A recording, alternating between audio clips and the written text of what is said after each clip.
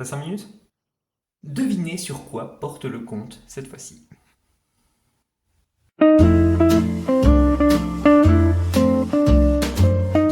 C'est pas évident de trouver un conte de Noël qui soit pas trop mielleux, pas trop triste. Parce qu'on a quand même envie de se tirer une balle sur pas mal de contes de Noël, pour être franc. J'en ai trouvé un qui est plutôt plus ou moins moderne, on va dire, plutôt sympa et plutôt positif. C'est parti pour l'histoire de Jim et Donna. Alors Jim et Donna, c'est un couple, un jeune couple. Ils sont fort amoureux, ils vivent ensemble, mais ils n'ont pas trop d'argent. Et Donna, elle veut absolument faire un cadeau à Jim. Donc elle regarde un petit peu l'argent qu'elle a de côté et elle veut lui offrir un cadeau qui lui dise en fait simplement qu'elle l'aime beaucoup en fait, un cadeau qui dise je t'aime. Et bah, malheureusement, elle n'a pas des masses de thunes.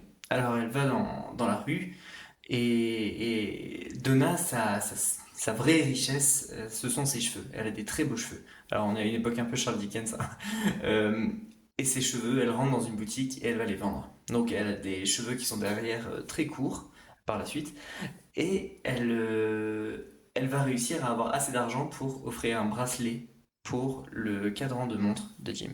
Elle revient chez elle, elle voit Jim, et Jim, forcément, tout de suite, il voit qu'elle s'est coupé les cheveux. Alors, il pâlit un petit peu, et il lui donne un cadeau.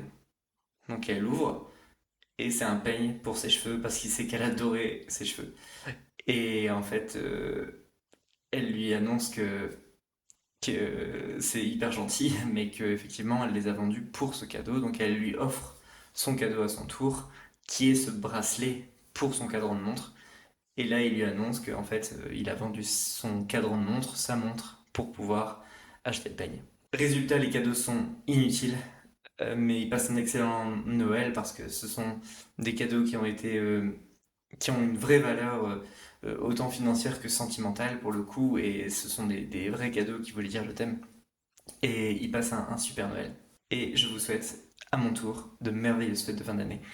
Que vous puissiez clôturer cette année 9 qui a été assez monstrueuse pour nous tous de manière géniale et bénéfique. Et que vous puissiez commencer cette année 1 2026 sur de très très bonnes choses, de très très bons projets. Joyeuses fêtes.